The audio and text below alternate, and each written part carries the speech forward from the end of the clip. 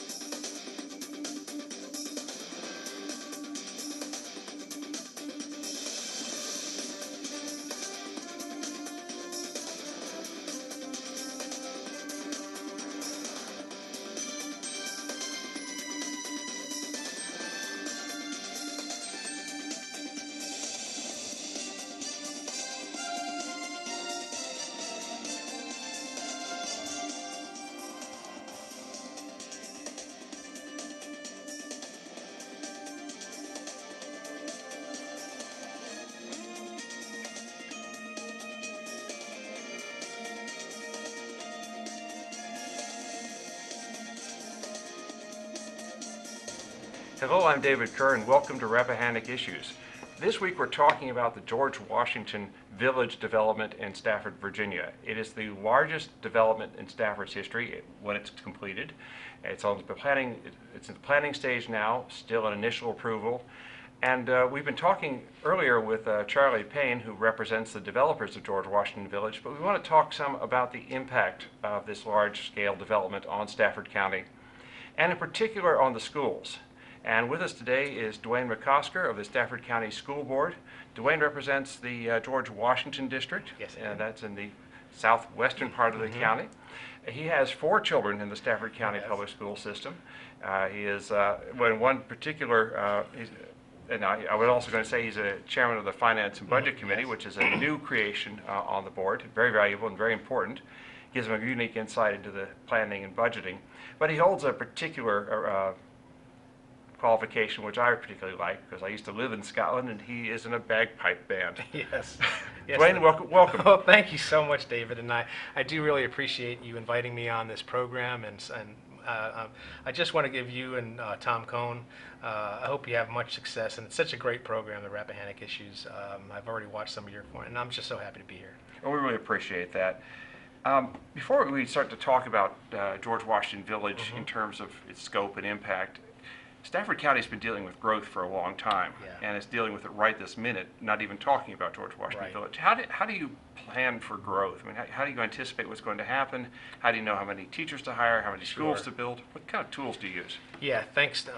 That's a great question. You know, when I came on the board about 2 years ago, the demographic planner and the engineers and the facility engineers worked with the county to kind of project, you know, the housing starts to the best of their ability. With such a tight budget on the federal, state, and of course the local level, you know, we couldn't hire a professional demographic planner at the schools, so we were kind of limping along a little bit. Last year, the school board decided to hire a professional firm to work with our facility engineer, and we have a lot of confidence in this firm that we've used. They were very, very close to the projections for this year. And so I think the board has confidence now that the projections that we're getting on the housing starts and the folks moving into the area and the builds, that we can kind of pinpoint where our growth is going to be. Well, that my own time on the school board so many years ago, that's a major improvement. George Washington Village is a 2,500 unit development. It's a mix of high density, it's a mix of larger homes. Right. What kind of impact is that going to have on the schools, and how is that kind of throwing a wrinkle into the planning process? Well, you know, these large subdivisions really do. It's a wrinkle. You know, the George Washington Village is situated in the Hartwood district, and it's right just north of the airport there, and kind of west of 95. You know, with our budget situation last year, coming into this year, we had a lot of mandates from the state. We've had a lot of mandates from the federal government, and just with the dwindling budgets on the local side. These are all things that you're required to fund. Required to fund. These are mandates like you know, the Virginia retirement system, and you know, $4.7 million, and then 2.7. So it was almost $9 million in mandates that we had to those are just to keep the lights on, and that's exactly what we were working hard to do. And we don't have a lot of money for anything after that. Teacher raises is important. Variety of programs, lower class sizes. So in the past, when money was flowing a little bit better, the proffers, the cash proffers especially, on these big, large rezoning developments, they were important, but we could still survive. And I would say today we can't survive with the schools getting no proffers or very little proffers, cash proffers, for these large developments. The George Washington Village, we received a briefing, the school board received a briefing on that, and I understand it to be about 2,900 units, about 1,885 single units. I said 2,500, you're right, to 2,900. Yeah, and 322 townhomes, and 750 multifamily units. And the current guidelines for those, and we'll show a slide later on in the show, I think, but the current guidelines that they're talking about now puts that proffer, that cash proffer, if this were to be, and the Board of Supervisors have not seen this yet, it puts that proffer at about $79 million to the schools. $79 million buys a brand new high school.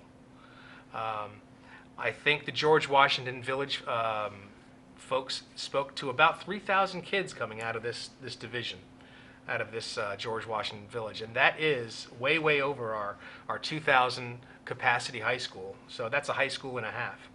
So this is a huge, huge impact for our schools in our area, and we really, really do need these proffers. Well, when I was talking to Charlie Payne a little earlier, we had a very good conversation about George Washington Village. He was making the argument that the development wouldn't provide these proffers that we've kind of grown used to in other developments, because he saw the new development as generating a large amount of income in terms of tax revenues, probably from real estate taxes, additional sales taxes, and then the presence of a business center as a part of the George Washington development. How do you react to that?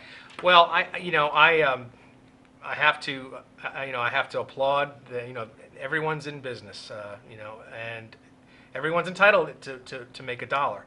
However, if you're going to ask the school board member, and talk about generating tax profits and other profits from the business, that is not my lane. My lane is to look at the state guidelines, look at the county guidelines, and when you're going to inject that many kids into the school, we need the cash proffers. Even if, there's been a lot of discussion about, it takes 4 years to fill out, the proffers, because people will buy the house and then they'll get the proffer when the permit is given.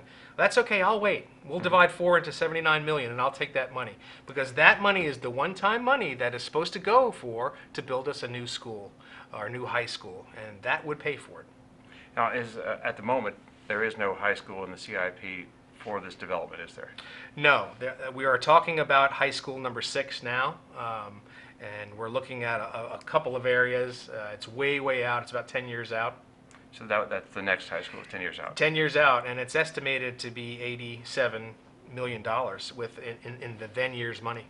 Well, looking at this project being so large and also realizing it's going to get a lot of public attention, do you anticipate a negotiation process in the future, realizing you're not directly involved in the planning decision right now? Right. Well, I'll tell you, the the Board of Supervisors have been they've been asking the school board, about their thoughts and how do they think the proffers should read. And we're very, very happy with the participation and the working back and forth. Just last night at a school board meeting, we put forth a official memorandum to the board to discuss the amount of proffers that we should be looking at. Which is actually a little bit increased from these, and so that's a start in the right direction. I just think that cash proffers for schools are so important, and I'm just so happy that you're here to have me talk, even though it's very, very little time about it. But because I could talk all night, but I just really we can't as a county approve these large subdivisions without cash proffers for schools. We just can't afford it. Well, Dwayne and I said that if we got going in this subject, we could probably be here about 4 hours, because I used to serve on the Stafford County School Board, and I really get into this stuff, so we could be going on for hours and hours. But we only had 8 minutes, and we were very grateful to have Dwayne on the program, Thank you who so gave much. us some very useful insights, and we appreciate it. So Thank you so much, thanks for your David. time. Thank you so much, David.